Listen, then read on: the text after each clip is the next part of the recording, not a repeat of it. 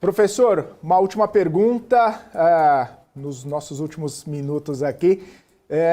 Não dá para não falar do acidente com o avião do líder do grupo Wagner, Prigozhin, né? E tudo que acaba envolvendo, né, essa questão lá na Rússia e algumas pessoas que possam ser antagônicas ao regime de Vladimir Putin.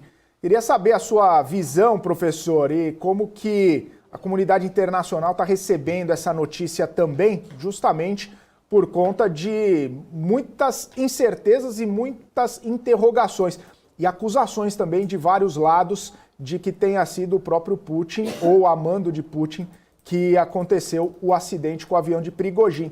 Qual a sua leitura, professor? O que está sendo comentado? Quais as perspectivas sobre esse caso? Felipe, você tem duas leituras aqui, né? Eu, como estou na Geórgia, eu tenho a oportunidade de ouvir os dois lados da história, porque existe muita gente da Rússia aqui. E você tem duas alegações. Uma alegação, obviamente, que é a que nós temos no Ocidente, é de que não é nada bom você ser inimigo do Putin, não é?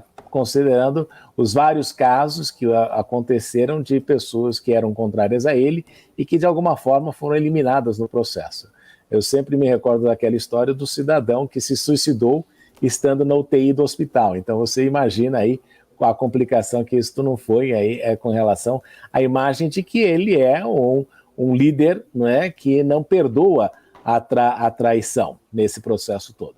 Obviamente que existe também outra narrativa que existe no mercado, é que talvez o Prigozhin pudesse aparecer aí novamente caminhando, porque justamente aconteceu algo semelhante alguns anos atrás na África, quando o avião dele caiu e 3 dias depois ele mais ou menos ressuscitou e apareceu.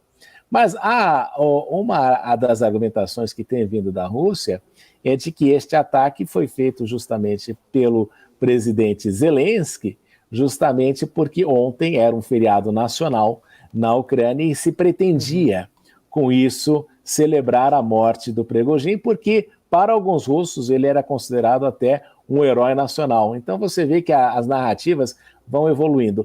A realidade do fato é a seguinte, que a gente tem observado nessa história toda. Em primeiro lugar, a contraofensiva ucraniana não tem sido tão eficaz ou eficiente como se esperava neste momento para que o Ocidente siga apoiando. Em segundo lugar, existe um problema enorme, e aqui a mídia às vezes não comenta a respeito, mas existe um problema enorme de corrupção na Ucrânia com relação aos recursos que estão vindo do Ocidente. Isso é um ponto a ser enfatizado, porque depois de determinado tempo as pessoas começam a cansar a respeito disso. Em terceiro lugar, pelo fato de nós não acharmos que existe a possibilidade efetiva de a Ucrânia vencer a guerra, uma nova narrativa que vem se defendendo é de levar esta guerra para dentro da Rússia em momentos e em ações episódicas, ou seja, fazer um ataque em Moscou aqui, um ataque em outro lugar, para relembrar ao povo russo de que aquilo que aconteceu na Ucrânia não foi uma mera operação militar especial, mas que existiu uma invasão e que foi uma guerra, e que os russos também devem entender que esta guerra é relevante para que eles atuem para, de alguma forma, buscar uma troca do regime ou mesmo a queda do presidente Vladimir Putin. Então, esta é a narrativa que a gente observa.